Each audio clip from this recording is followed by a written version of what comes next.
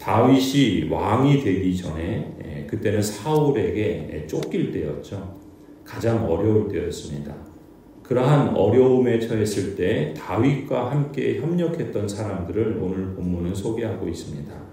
1절에 보면은 다윗이 기스의 아들 사울에게서 쫓겨서 시글락에 있을 때 그에게 와서 싸움을 도운 용사들은 다음과 같다. 이들은 좌우 양손으로 무림의 돌도 던질 줄 알며 화살도 쏠 줄 아는 사람들로서 활로 무장을 한 사람들인데 베냐민 지파 사울의 일족이다.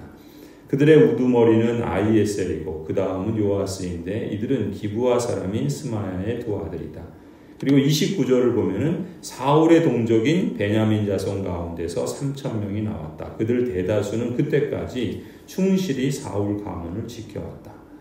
이 베냐민 지파의 용사들을 소개하고 있죠. 베냐민 지파의 용사들을 주목할 점은 베냐민 지파는 누굽니까? 당시 왕이었던 사울의 동족이에요. 사울이 다윗을 죽이기 위해서 혈안이 되었죠. 그래서 끊임없이 사울을 죽이기 위한 온갖 술수와 방법을 다 동원합니다. 그런데 그 동족인 베냐민 지파가 그 가운데 용사들이 다윗과 함께 하기 위해서 다윗을 찾아왔다는 거예요. 사울은 혈연인데다가 당시 권력을 쥔 왕이었는데 이 다윗을 죽이기 위해서 혈안이 되어 있었던 것이죠. 그럼에도 불구하고 이 사울의 동족인 베냐민 지파의 용사들은 혈연에 연연하지 않고 오히려 호갑적으로 하나님의 뜻을 거스리는 사울 왕을 추종하지 않았던 것입니다. 오히려 시글락에 숨어서 그 존재감이 없었던 언제 죽을지 모를 다윗과 함께 하기를 원했던 것이죠. 이 자기 권력을 지키는 일에 정신이 팔려서 하나님의 뜻에서 멀어진 사울 왕이 아니라 하나님의 뜻을 따르며 사회적으로 연약한 사람들, 그들로 이루어진 공동체가 이 다윗이 쫓길 때 만났던 아둘람 공동체죠. 이런 사회적으로 연약한 사람들과 함께했던 그들과 마음을 같이한 이 다윗, 그리고 다윗의 꿈과 비전에 이렇게 사람들이 함께하고자 찾아왔던 것입니다. 우리가 다윗에게 주목하는 이유는 다윗 한 사람을 영웅으로 높이기 위함이 아닙니다. 그가 위임받은 권한을 그 백성과 나라를 위해서 겸손히 성실하게 실천하려는 그 마음과 실천들이 하나님의 뜻과 하나님이 기뻐하시는 가치를 따르고 있기 때문입니다. 하나님께서는 누구든 자기 이익을 위해서 권력을 오용하거나 남용하는 사람, 교만하게 자기를 높이는 사람을 버리십니다. 하나님의 뜻을 추구하는 사람, 공동체를 건실하게 세우기 위해서 겸손하게 백성들의 평화와 평안을 위해서 섬기는 사람을 하나님은 높이십니다. 언약 백성으로서 우리 또한 힘써야 하는 삶의 방향과 가치를 이 초기 다윗에게서 찾아야 할 것입니다. 오직 여호와를 경외하는 자세로 하나님의 길을 날마다 겸손하게 성실하게 추구하는 것이지요. 하나님께서는 그런 사람과 또한 그러한 공동체에게 평화를 주시고 복을 주십니다.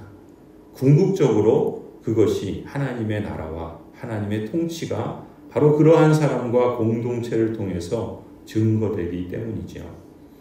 베냐민 지파의 사람들만 그런 것이 아닙니다. 갓 지파의 용사들도 다윗을 찾아오죠.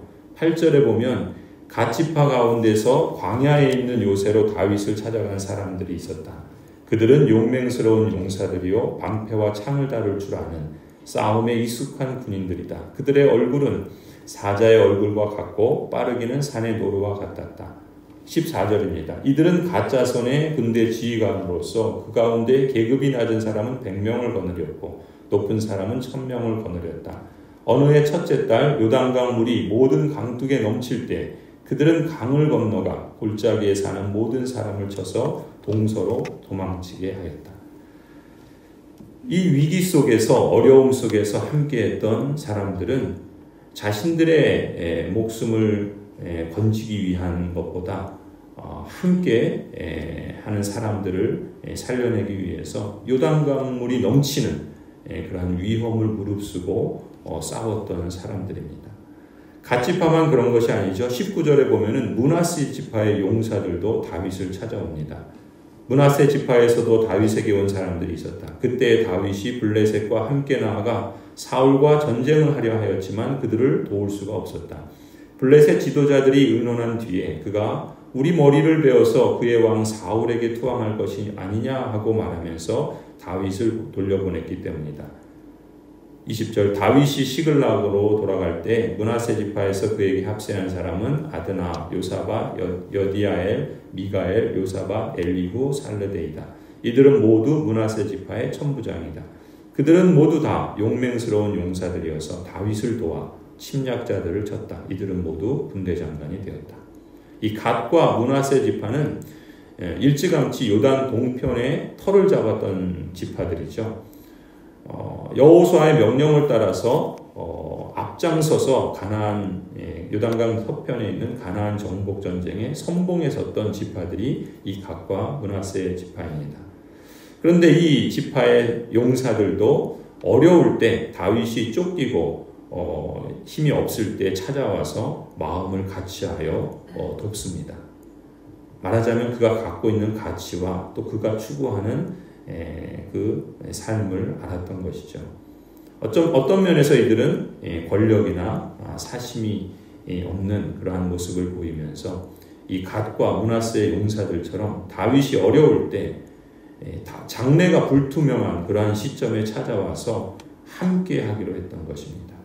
어려울 때 함께하는 사람들은 정말 그 마음과 뜻을 함께하는 사람이라고 할 수 있겠죠.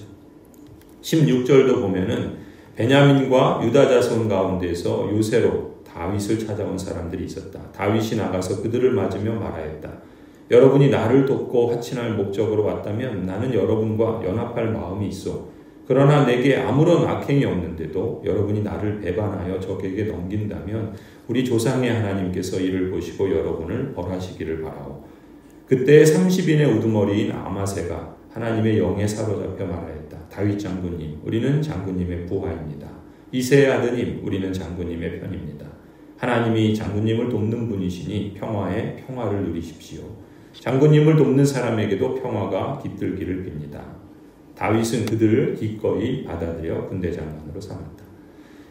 여러 사람들이, 여러 지파의 용사들이 다윗과 함께했던 이유가 있습니다. 그것은 다윗의 능력 때문이 아니에요. 오히려 다윗의 중심 때문이라고 봅니다. 어떤 중심입니까? 다윗의 마음이 하나님의 뜻과 하나님이 기뻐하시는 가치를 추구했기 때문이죠.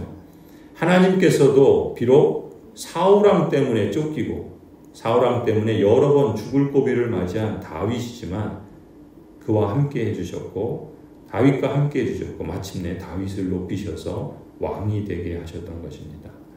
성도이든 교회이든 그 생명과 평화는 하나님의 함께 하심이 달려있죠. 하나님이 함께 하시지 않는 교회는 죽은 교회입니다. 하나님의 뜻을 받들지 않는 신자는 참된 신자가 아니죠. 사울은 왕이었지만 사실상 죽은 자나 다름없었습니다. 하나님의 뜻을 거스리고 하나님이 기뻐하시는 길과는 너무나도 멀리 갔습니다. 하나님께서는 그런 사람과 함께 하시지 않습니다. 하나님을 가볍게 여기는 사람을 하나님이 그 중심과 마음을 아시기 때문에 가볍게 여기시고 그를 버리십니다. 하나님으로부터 직분을 위임받은 사람으로서 자리가 힘이 아니라 임재가 진정한 힘입니다. 권력의 자리를 탐하는 사람이 아니라 위임받은 권한을 따라서 하나님의 임재, 하나님의 뜻과 가치를 추구하는 사람을 하나님께서도 높여주십니다. 성도 여러분, 우리가 추구해야 할 것은 자리나 권력이나 크기나 힘이 아니죠. 하나님의 임재, 하나님의 나라, 하나님의 뜻과 다스림 아래 하나님께서 기뻐하시는 일을, 하나님이 기뻐하시는 가치를 겸손히 성실하게 이루어가면서 생명과 평화를 나누는 교회로 발전하는 모습을 나타내기를 소원합니다. 교회만이 아니라 우리가 살아가는 이 마을도 또 더 크게는 우리 교회와 이 나라도 그러한 모습으로 발전하고 번영할 수 있기를 소원합니다. 여러분이 하나님을 높이고 위하시면 하나님께서도 여러분을 높이고 위해 주실 것입니다. 이 길을 한 걸음 한 걸음 꾸준하고 지속적으로 이루어가는 복된 성도와 가정과 이 교회와 나라가 되기를 간절히 축원합니다.